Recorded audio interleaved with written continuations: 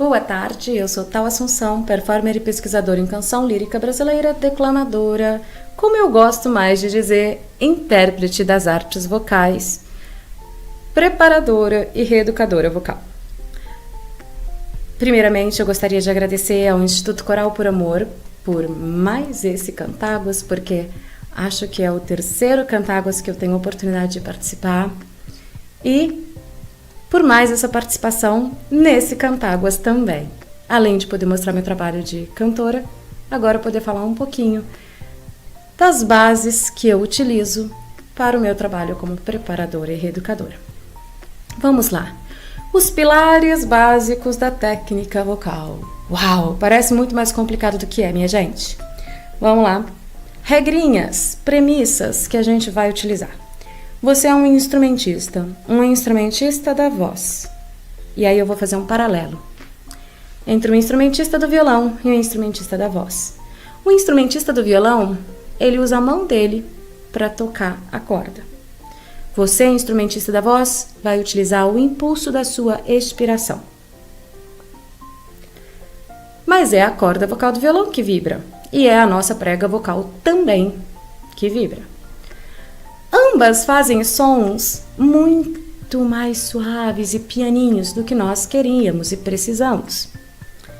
É aí que entra a ressonância. A nossa ressonância, a ampliação do nosso som acontece no rosto, nas cavidades do rosto, no corpo, né? Mas predominantemente na parte da cabeça e do rosto. E o violão em sua madeira. Então, a madeira do nosso instrumento é osso, cartilagem e osso, certo? Faringe e suas diferentes partes, rino e orofaringe. Mas não vou entrar nessas coisas muito técnicas porque a gente tem só 15 minutinhos. Mas nós, instrumentistas da voz, então, temos que lembrar disso. E temos que lembrar, então, como é importante cuidar do nosso trato vocal. O trato vocal, ele é do lábio, daqui de fora, até abaixo das pregas vocais, se eu não me engano. Mas eu deixo descrição, referência bibliográfica, vocês conferem se eu não errei, mas é isso sim.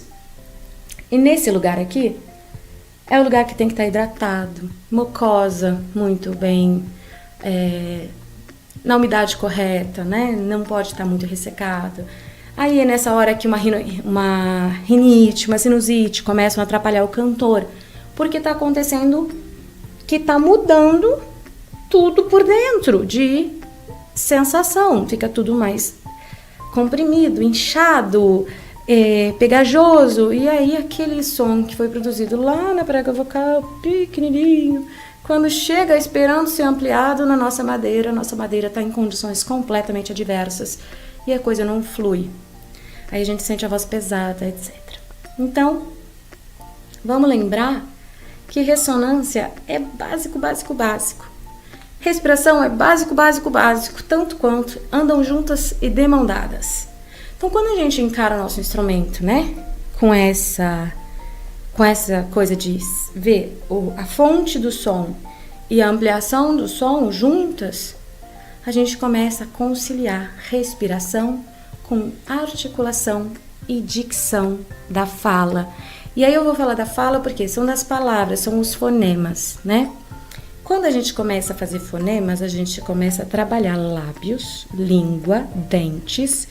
A gente então muda o formato bucal de diferentes formas. A nossa língua é quase uma palheta. E por ela, dependendo de como eu posiciono, eu faço z, j, v, z, certo?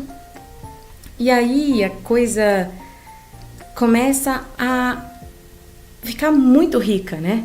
Então eu vou falar palavra e vou falar fala, né? Porque o canto tem esse diferencial em relação aos outros instrumentos.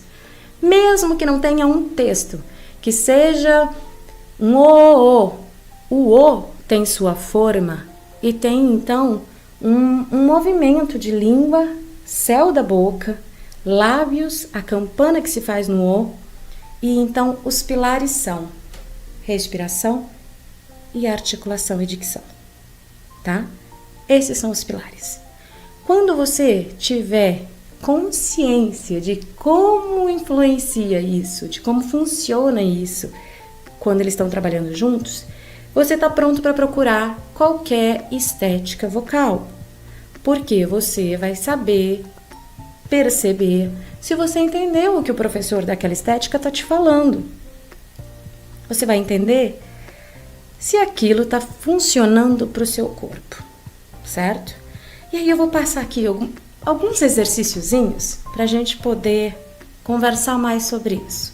Vamos começar pela respiração? Respiração. Todo mundo respira, senão a gente não estava vivo. Mas a gente tem uma diferença. Quando a gente quer falar, a gente tá meio... A nossa madeira tá toda acolchoada. Por quê? Porque a bochecha tá próxima do dente. Aí eu resolvo que eu quero falar e eu quero chamar alguém lá do outro lado da rua. E aí eu, fulano! Eu já mudei, eu já ampliei o espaço da minha voz e armei o meu corpo. Fulano! Né? Então, quer dizer, a gente sabe fazer isso. E no canto, a gente tem que aprender a fazer isso na medida que a gente quer. A gente tem que acionar isso consciente e por mais tempo. Certo? Então, a gente começa a trabalhar uma respiração baixa. Vamos reeducar a respiração. Respirar só aqui.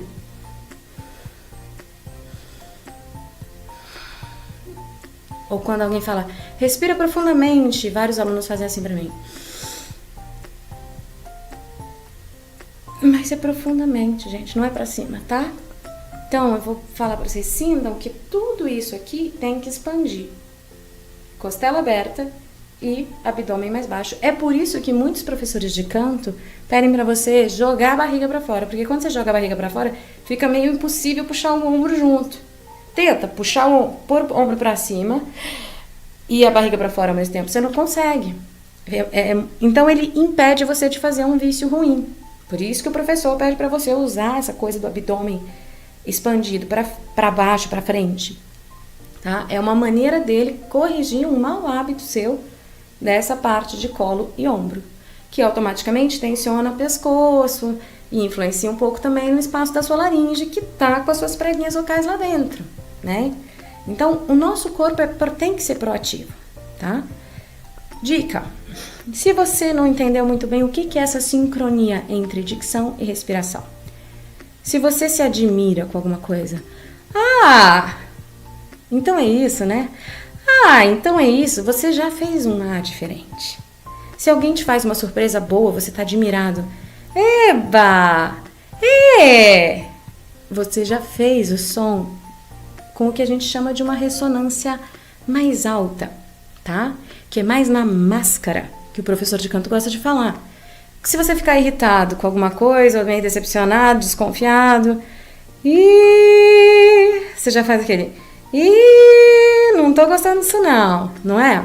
Você também já sentiu o céu da boca mexer diferente lá, a língua fazer diferente? Se você se entusiasma com uma coisa, também mudou o formato. E também mudou o formato e ficou mais alto, né? Ficou mais alto o som. Aí se você se assusta, aquele curtinho, né? E aí? É diferente, não é diferente? Então a gente já sabe fazer isso. A gente tem que aprender a fazer por mais tempo. E um depende do outro. Então comece sempre soltando o seu ar. Solta todinho o seu ar.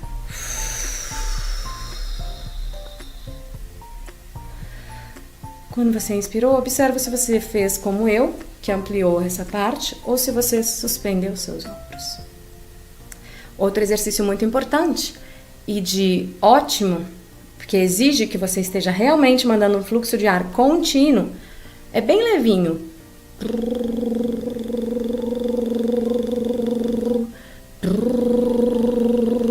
Vibração de lábio, ou vibração da língua atrás dos dentes superiores. Ou conseguir fazer uma fricativa, que é um V, um Z, um S, X, F, contínuo, sem uma vogal. tá? Então, é com o uso da musculatura facial, fazendo, certo? Fazendo esse...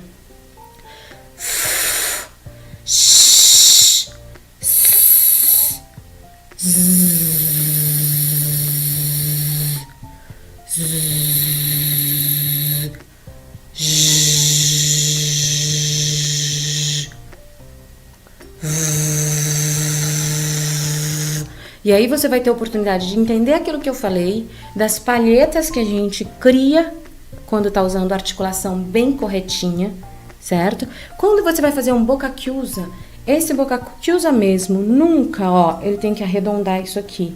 Isso aqui tem que ficar muito soltinho e maleável. Então, você põe a mão aqui e pensa num M.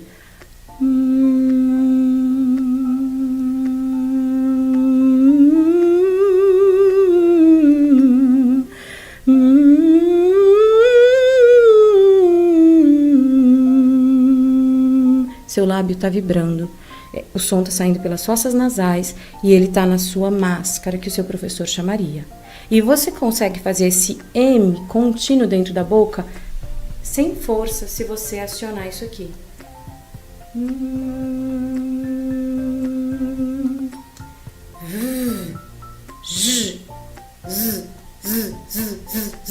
E um teste que você pode fazer é esse que eu fiz agora. Você bota a língua na posição de Z e dá uma tração abdominal.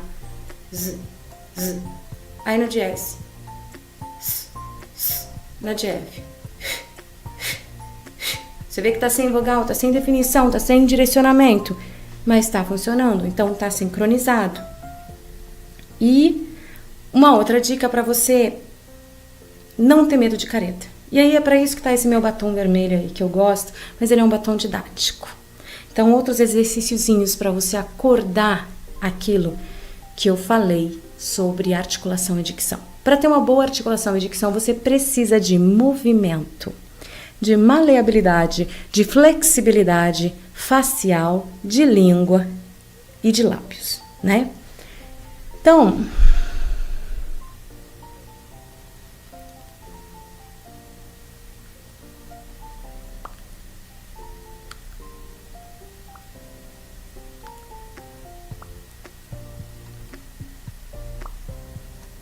você chega a ver a parte de dentro da minha boca, né? A mucosa. Lá, a carne interna da boca. Ah, com isso o que eu fiz? Eu tirei toda aquela bochecha encostada do dente, né? Eu ampliei o meu espaço bucal.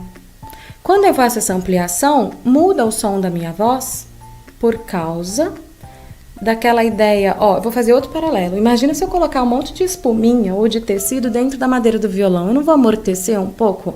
Vou diminuir quanto reverbera a corda? É a mesma coisa.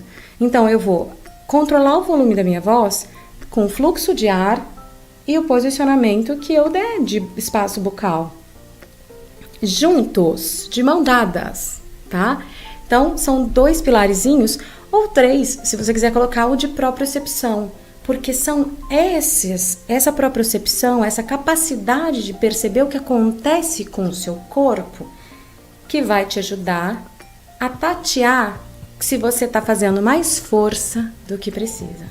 Quando você controla o seu fluxo de ar, você ganha dinâmica na voz.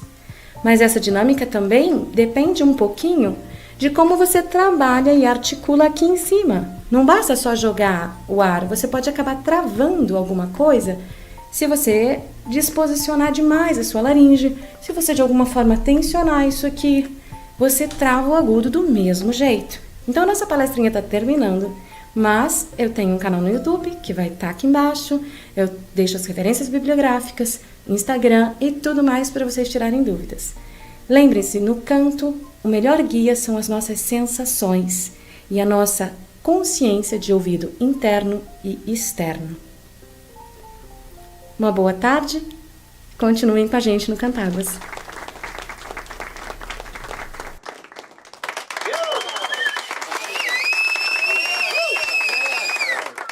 Papá.